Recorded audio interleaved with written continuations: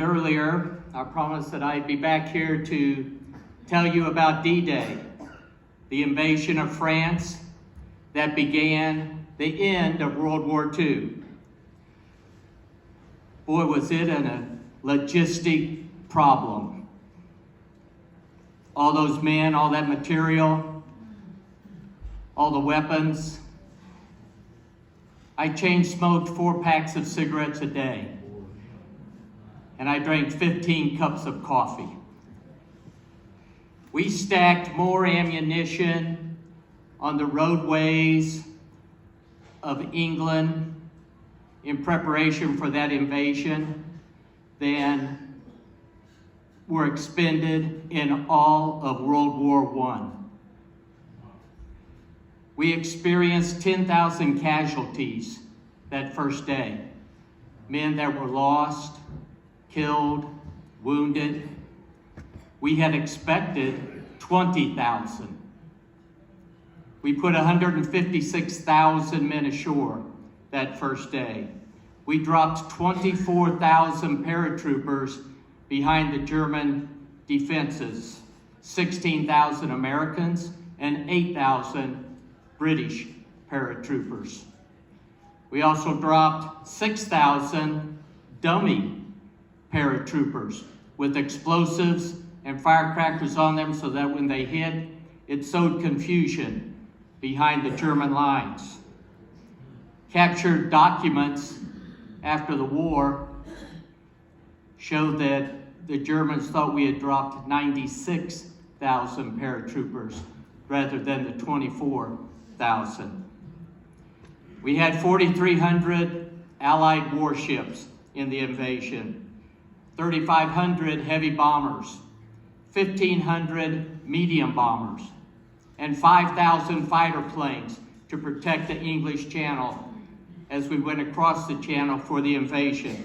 But we didn't need those fighters because of the saturation bombing of the airfields and the rail lines prior to the invasion. Winston Churchill and President Roosevelt had given me single authority to decide when to launch the invasion. I wrote a letter to Mamie on June 5th, the day before the invasion, wrote a letter, told her how much I loved her, how I had a picture of her on my desk, how I thought of her every day, but that I would not be writing for 6 or 10 days, that I had scheduled meetings and couldn't get away to write. There were a lot of things that were taboo and that you were not supposed to write in letters. So I hope she understood that the mail was not going to be as prompt as prior. I launched D-Day the next day, June 6th. One moment I was the most powerful man in the world. But after I gave the order to let's go, I was powerless. It was now in the hands of the soldiers, the sailors, the airmen, the lieutenants, the sergeants. I'd like to read the opening of my D-Day message to the troops. Every soldier, every sailor, and every airman got a copy of this order of the day. This is how it started. Soldiers, sailors, and airmen of the Allied Expeditionary Force, you are about to embark upon the great crusade toward which we have striven these many months. The eyes of the world are upon you. The hopes and prayers of liberty-loving people everywhere march with you. In company with our brave allies and brothers in arms on other fronts, you will bring about the destruction of the German war machine, the elimination of Nazi tyranny over the oppressed peoples of Europe, and security for ourselves in a free world. The invasion launched on June 6th, 1944. Coincidentally, that's the day my son John graduated from West Point. In addition to that order of the day, I wrote another note that day. It's become known as the in case of failure note. Thankfully, it never had to be sent. I had written such in case of failure notes during North Africa and during Sicily, and after those successful invasions, I had torn those notes up. Well, my aide, Captain Butcher, asked if he could have this note, and that's why it was saved from the trash can. And this is what I wrote. Thankfully, I never had to send it. Our landings have failed to gain a satisfactory foothold, and I have withdrawn the troops. My decision to attack at this time and place was based upon the best information available. The troops, the air, and the Navy did all that bravery and devotion to duty could do. If any blame or fault attaches to the attempt, it is mine alone. The best information available. And thanks for that information must go to Chief Meteorologist Group Captain John Stagg of the Royal Air Force. He had found the break in the weather that allowed us to launch D-Day. We were supposed to launch D-Day on June 5th. But that weatherman, John Stagg, on June 5th said, the weather is unflyable. Backed it up to June 6th. It's a good thing he found that hole in the weather, because the next time the tides would have been right for the invasion was June 19th, 2 weeks in the future. Try to keep the landing zone secret for another 2 weeks. Try to keep the soldiers primed for another 2 weeks. The moon would not have been right for the airborne assault. And France was getting ready to experience the worst weather they would experience for 70 years. Thank you, John Stagg of the Royal Air Force. You know, Walter Cronkite interviewed me after the war, 20 years after the war, in fact, and I reflected on the inequality of sacrifice. We were standing in a cemetery above Omaha Beach. Those boys had given their all. They had given their lives. I said to Cronkite, these young boys were cut off in their prime. They never knew the great experience of going through life. But these people gave us a chance. Every day, I think about that day, and I say once more, we must find a way to gain an eternal peace. And what a day it was. What a 24 hours. Frankly, it was 24 hours that saved the world. Now, why the Normandy beaches? The Normandy beaches were chosen by planners because they laid within our Air Force range, the range of our air cover. And they were less heavily defended than a more obvious landing point at Calais. Calais is the shortest distance between England and the continent. And Calais was well defended. 208,000 soldiers led by Field Marshal Rommel, Hitler's best. While Normandy was only defended by 40,000 soldiers. In the weeks after D-Day, Rommel knew that Hitler had lost the war. And he told Hitler that he should sue for peace. He was ignored.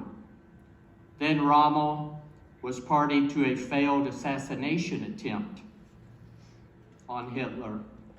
And because he had been a hero in North Africa, he was allowed to commit suicide rather than be executed for that failed assassination attempt.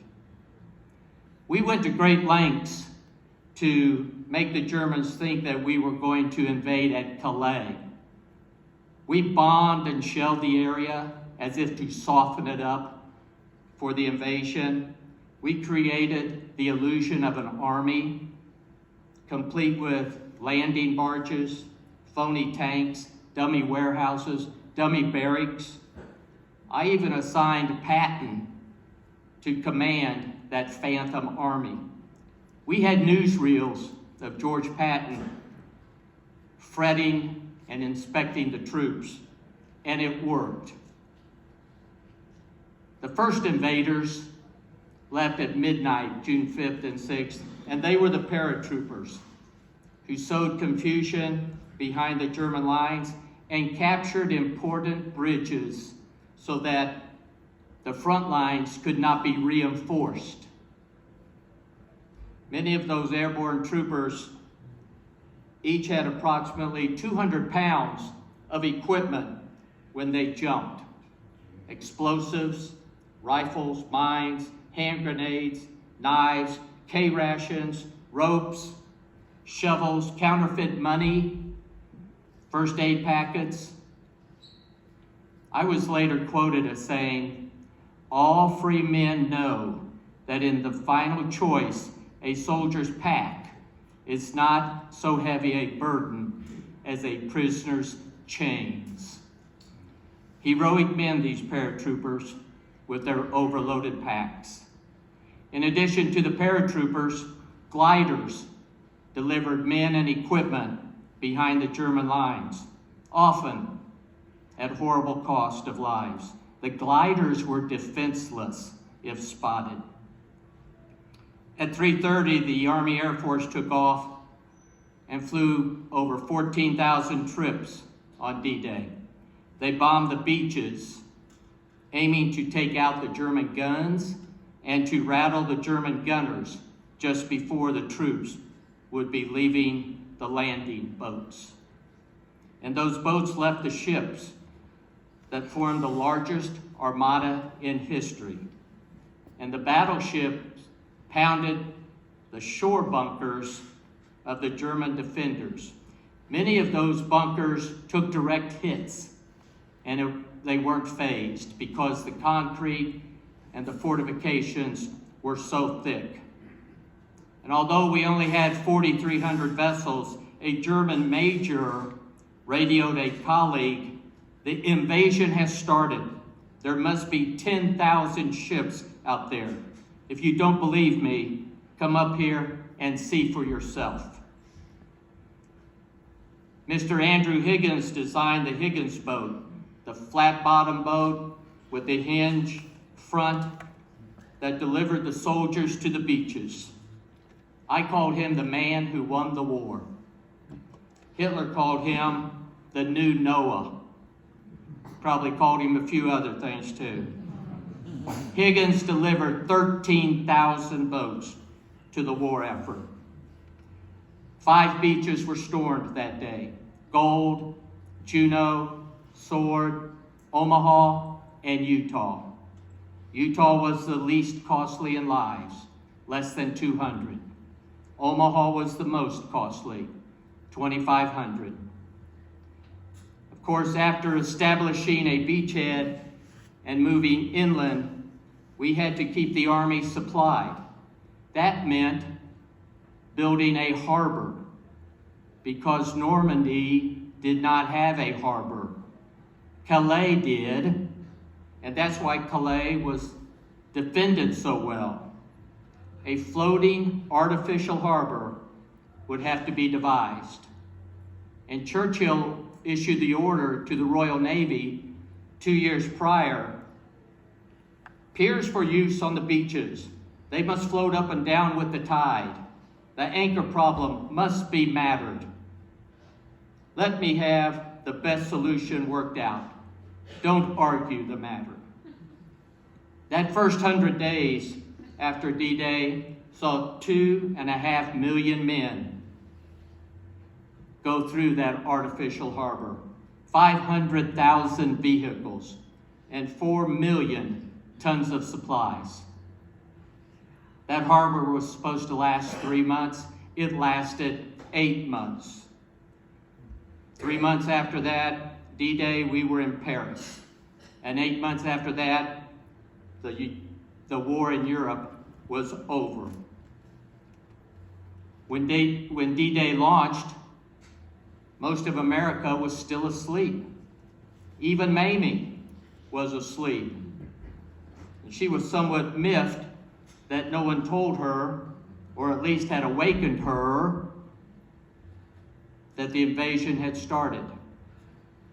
When America did receive the news, people stayed stuck to their radios in order to get even more news.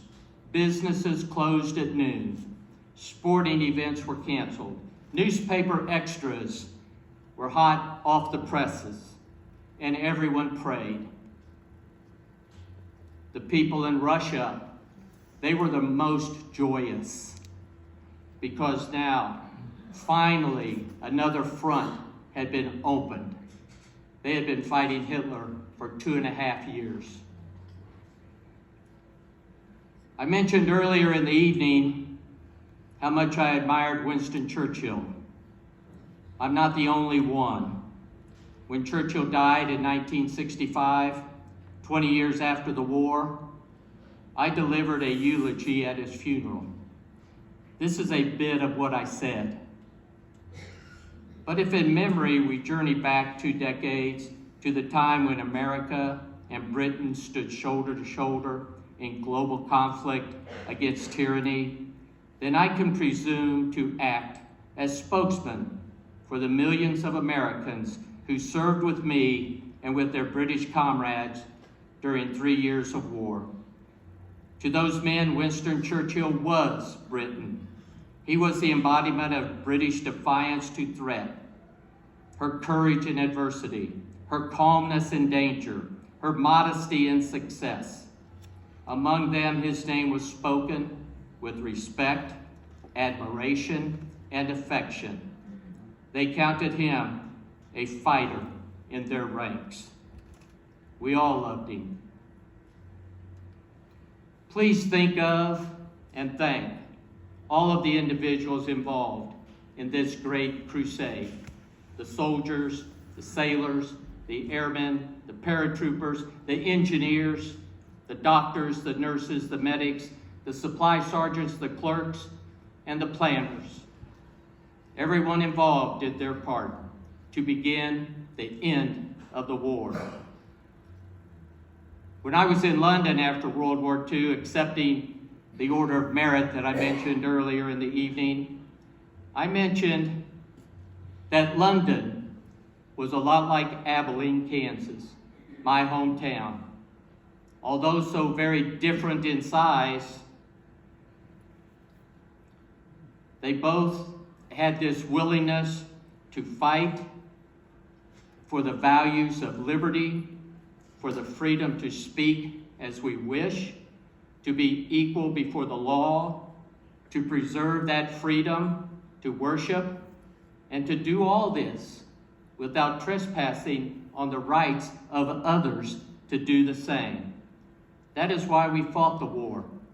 That is why we invaded Fortress Europe on D-Day, to preserve those rights from the evil people who would take them away from us. Thank you for inviting me here tonight.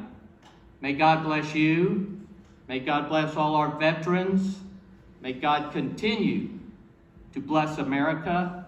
And may God bless freedom-loving people everywhere. Thank you.